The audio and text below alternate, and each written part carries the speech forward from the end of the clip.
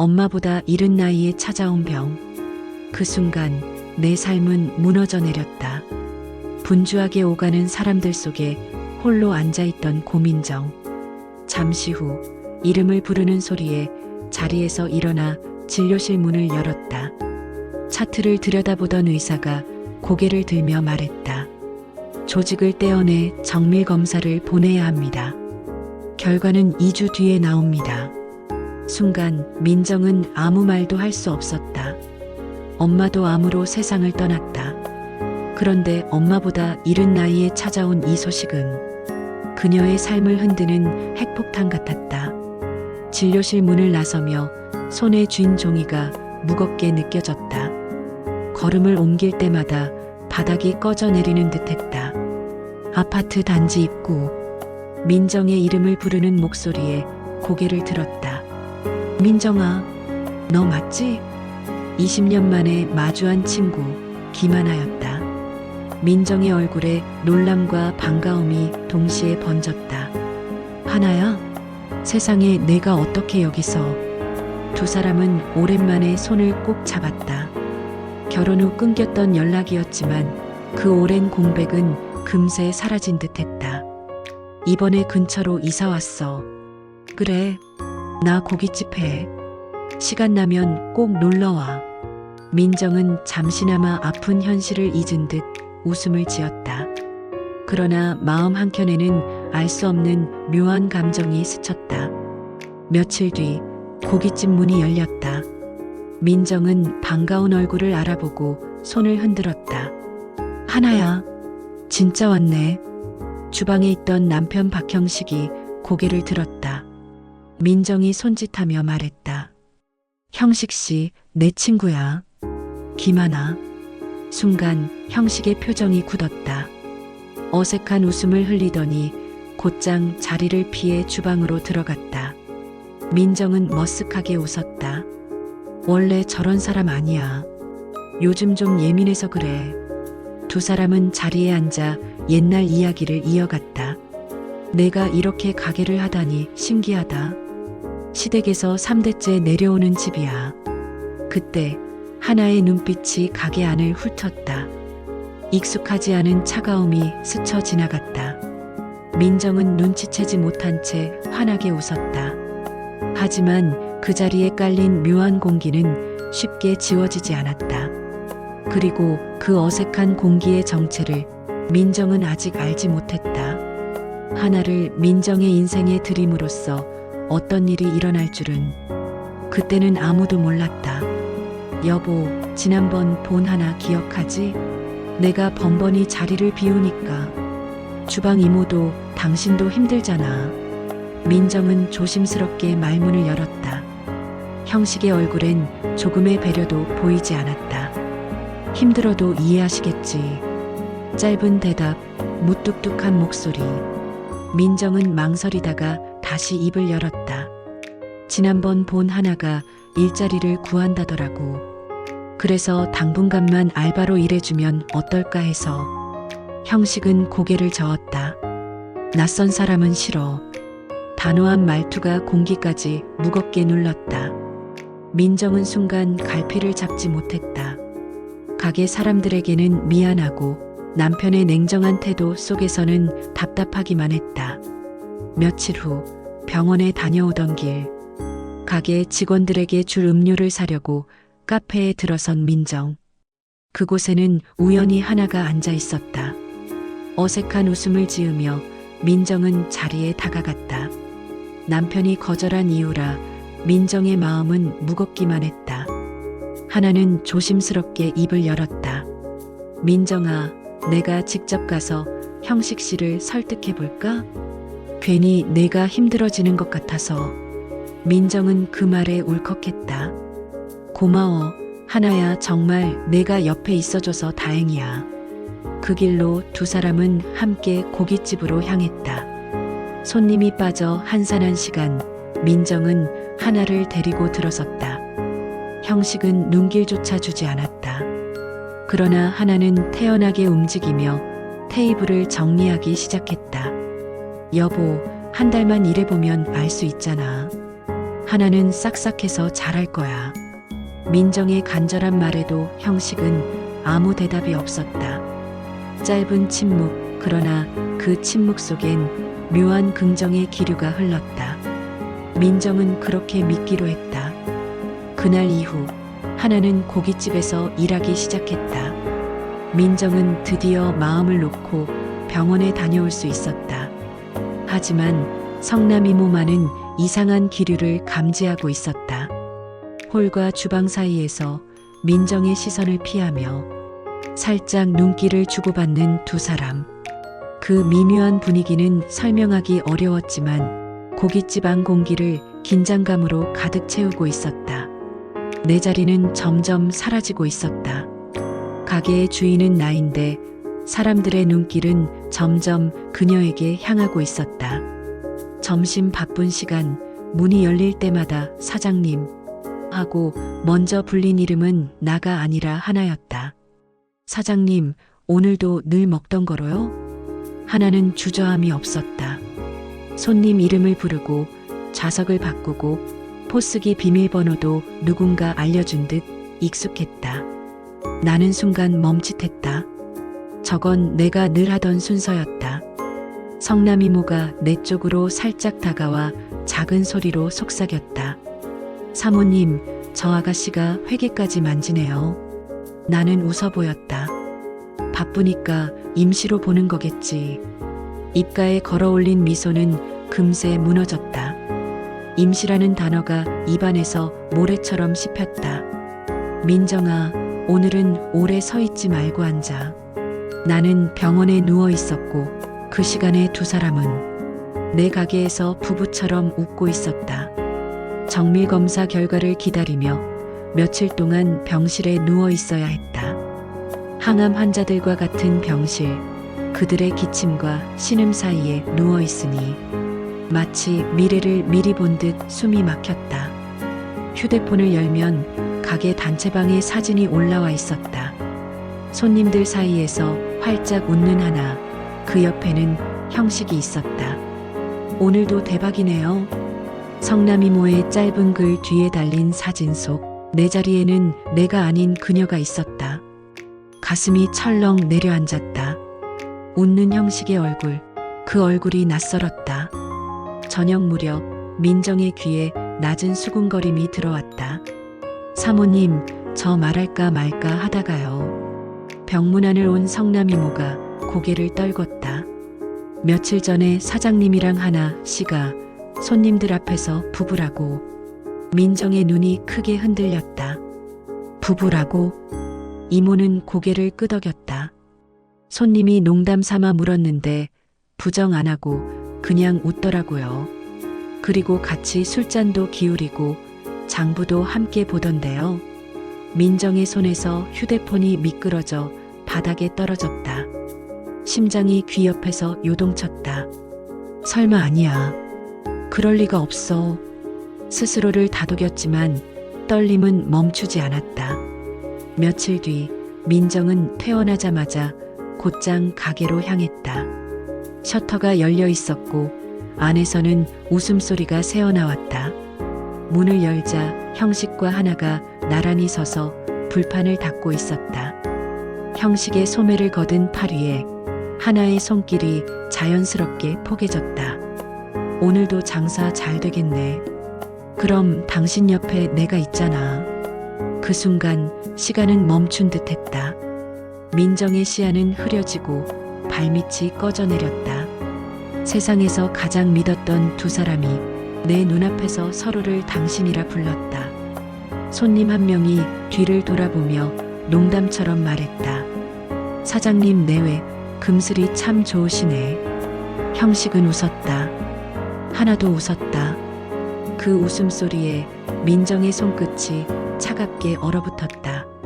목소리가 나오지 않았다. 숨도 눈물도 모두 막혀버렸다. 그제야 알았다. 나는 병원 침대에 누워 있었고 내 삶은 이미 다른 사람들에게 넘어가 있었다는 걸. 하나가 내 팔꿈치를 가볍게 받치며 어깨를 눌렀다. 괜찮아. 나도 몸 풀어야지. 아니야. 내가 쓰러지면 가게가 멈춰. 나한테 맡겨. 목소리는 다정했지만 밀어내는 힘은 익숙했다. 그렇다. 자리를 내주라는 말. 형식은 그 장면을 스쳐보고도 아무 말이 없었다. 나를 향할 땐 무뚝뚝했고 하나를 향할 땐 고개를 아주 조금 끄덕였다. 그 아주 작은 끄덕임 하나가 기묘하게 많은 것들을 허락하고 있었다. 며칠 사이 메뉴판이 바뀌었다. 붉은 줄이 그어지고 원가와 원가 사이에 새 글씨가 끼어들었다. 이거 내가 예전에 하던 방식이랑 달라. 내 말이 끝나기도 전에 하나가 대답했다. 원가가 올랐어. 손님들이 원하는 건 양이야. 이건 내가 계산해봤어. 나는 더 묻지 못했다. 계산은 원래 내가 하던 일이었다. 정밀 검사를 앞두고 병원에 다녀온 날 가게로 돌아오니 서랍에 있던 인감 케이스가 다른 칸으로 옮겨져 있었다. 이거 누구 손 탔어? 성남 이모가 눈을 굴렸다. 아까 그 아가씨가 도장 보여달라더니 뭔가 체크하더라고요. 용지 주문이랬나? 나는 웃으며 고개를 끄덕였다. 그럴 수 있지. 서류 급하면. 말끝이 흐려졌다. 내 목 안쪽 어딘가가 뜨겁게 타올랐다. 저녁이 넘어가자 단골들이 하나에게 말을 걸었다. 사장님, 지난번 김치 숙성 그 맛, 오늘도 똑같네. 하나는 능숙하게 웃었다. 그럼요, 제가 다 봐요. 내 손끝이 젓가락에서 미끄러졌다. 아무렇지 않은 척 앞치마 매듭을 단단히 조였다. 휴대폰이 진동했다. 병원 예약 알림과 함께 들어온 문자 하나. 오늘 밤 마감은 내가 볼게. 쉬어. 보낸 사람 하나. 내 휴대폰 번호를 언제 저장했지? 나는 답장을 쓰려다 지웠다. 고맙다고 쓰면 무엇을 인정하는 것 같아서 형식이 늦는 날이 잦아졌다. 이유는 늘 같았다. 물류. 그러거나 말거나 가게 뒷문 쪽에서 들려오는 낮은 웃음소리는 물류창고 소음과는 너무 달랐다. 어느 밤 김이 빠져버린 커피를 들고 카운터를 정리하는데 성남 이모가 조심스레 다가왔다. 사모님, 저 말이 많은 건 싫지만 두 분 자꾸 같이 나가요. 누가? 사장님이랑 김하나 씨요. 시장 쪽 골목으로. 돌아오는 길도 함께고. 나는 고개를 끄덕였다. 믿고 싶지 않은 말은 오래 듣지 않는 게 낫다. 이모, 오늘은 내가 마감할게. 집에 먼저 들어가. 이모는 한숨을 삼켰다. 사모님, 너무 혼자 참지 마요. 닫힌 셔터 뒤 가게는 낡은 냄비처럼 미지근한 열을 품고 있었다. 싱크대 배수구에서 올라오는 물 냄새, 불판의 기름 냄새, 주문지의 잉크 냄새. 모든 냄새가 나는 아닌 누군가의 손길에 익숙해지는 중이었다. 다음 날 오후 하나가 내 앞에 작은 봉투를 내밀었다. 민정아, 병원 다녀오라고. 오늘은 내가 다 볼게. 봉투 안에는 현금과 영수증이 섞여 있었다. 머릿속에서 경보가 울렸다. 고마워 라고 말하면 안 될 것 같았다. 그럼 무엇을 말해야 하지? 돌려줄게 라고. 나는 봉투를 다시 밀어 넣었다. 필요 없어. 다음에. 하나는 미소를 거두지 않았다. 그래도 받아. 이게 더 마음 편해. 그 말의 끝에 걸린 얇은 실 같은 다정함이 이상하게 내 피부를 스쳤다. 그 사이 하나의 손은 더 많은 서랍을 열었다. 원가표, 거래처, 단골 노트. 민정아, 이 거래처는 단가가 높아. 내가 바꿔볼게. 잠깐만, 그건 시간 아까워. 짧은 대답이 내 말을 덮었다. 저녁 장사 피크 시간에 테이블 하나에서 소동이 났다. 계산이 꼬였다. 내가 다가가 머리를 숙이는 순간 옆에서 하나가 카드 단말기를 정확히 눌렀다. 고객님, 지난번 적립분이 남아있어요. 오늘 사용하시죠? 손님은 기분 좋게 웃었다. 역시 사장님이 달라. 나는 그 웃음소리를 먹은 듯 속이 더부룩해졌다. 밤 가게 앞 네온이 깜빡였다. 형식은 그 불빛 아래서 담배를 피웠다. 나는 옆에 섰다. 형식 씨, 요즘 하나가 일을 많이 맡아. 그래야지. 너 병원 다니잖아. 그래도 선은 있어야지. 형식은 고개를 돌려 내 얼굴을 바라보았다. 선을 지키는 건 내가 먼저야. 내 몸부터. 정확한 말이었다. 그런데 왜 이렇게 차갑게 들렸을까? 뒤에서 하나가 문을 밀고 나왔다. 민정아, 내일 아침 배추 들어와. 내가 받을게. 괜찮아, 내가. 무리하지 마. 둘의 목소리가 너무 자연스럽게 이어졌다. 나는 그 사이에 서 있었지만 문장 속 주어가 아닌 수식어처럼 비껴나 있었다. 그날 밤 집으로 돌아오는 길. 아파트 단지 놀이터에서 모래가 희미하게 반짝였다. 미끄럼틀 밑에 작은 운동화 자국이 점점이 박혀 있었다. 누군가 여기서 기다렸던 걸까? 아니면 숨었던 걸까? 바람이 나뭇잎을 뒤집으며 지나갔다. 다음 날 오후 배달 전표에 찍힌 전화번호 하나가 눈에 들어왔다. 익숙했다. 형식의 보조번호. 수취인은 김하나. 배송지는 우리 가게 뒷문. 메모 늦게 들어가면 여기로. 나는 종이를 접어 앞치마 깊숙한 곳에 넣었다. 종이의 모서리가 허벅지에 닿을 때마다 마음이 깜빡깜빡 꺼졌다 켜졌다. 저녁 무렵 단골 부부가 서로에게 말했다. 여보, 오늘은 그분이 안 보이네.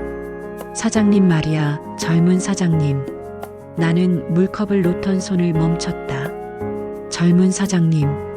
그 말은 짧았지만 내 안에 어떤 줄을 분명히 끊었다. 그날의 마감 하나가 키를 챙겼다. 내일은 내가 먼저 나와서 준비할게. 키는 내가. 걱정 마. 이젠 동선도 다 외웠어. 그 말과 함께 키가 사각, 금속 소리를 냈다. 나의 하루가, 나의 집이, 나의 자리가 그 소리 뒤로 미끄러져 갔다. 문을 닫고 나오는데 성남 이모가 내 옆에 섰다.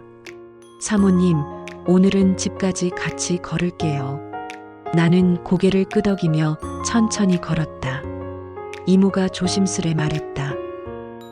혹시라도요. 마음 단단히 잡으세요.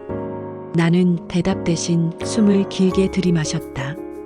고깃집 연기 냄새가 목구멍에 달라붙었다. 내 자리는 이미 반쯤 비어 있었다. 남은 절반마저 누군가 가져가려 손을 뻗고 있었다. 나는 그 손을 아직 보지 못하는 척 단단히 눈을 감았다. 그리고 다음 막을 예감했다. 가장 믿었던 사람에게 칼을 맞을 때 그 상처는 암보다 깊게 파고들었다. 민정은 한동안 입을 열 수 없었다. 병원에서 받은 검사 결과보다 더 큰 충격이 눈앞에서 벌어지고 있었기 때문이다. 형식과 하나, 두 사람의 웃음. 그 웃음은 칼날처럼 민정의 가슴을 베어냈다. 정말 나 몰래 이렇게까지. 민정의 목소리는 갈라졌다. 형식은 순간 움찔했지만 눈길은 끝내 하나에게로 향했다. 하나는 당황하지 않았다. 민정아, 내가 아프니까 내가 대신한 거야. 우릴 오해하지 마. 그 목소리는 다정했지만 눈빛은 차갑게 흔들리지 않았다. 성남 이모가 뛰어들 듯 나섰다. 사모님, 더는 혼자 감당하지 마요. 우린 다 보고 있었어요. 민정은 무너질 듯 몸을 휘청였지만 손에 쥔 앞치마 매듭을 더 세게 당겼다.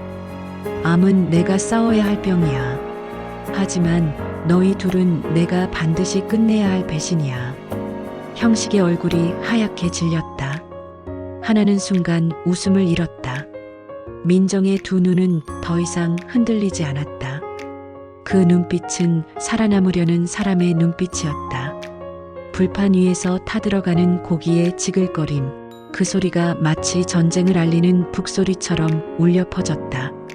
그리고 그날 밤 민정의 선택은 두 사람의 미래를 송두리째 바꿔놓을 것이었다.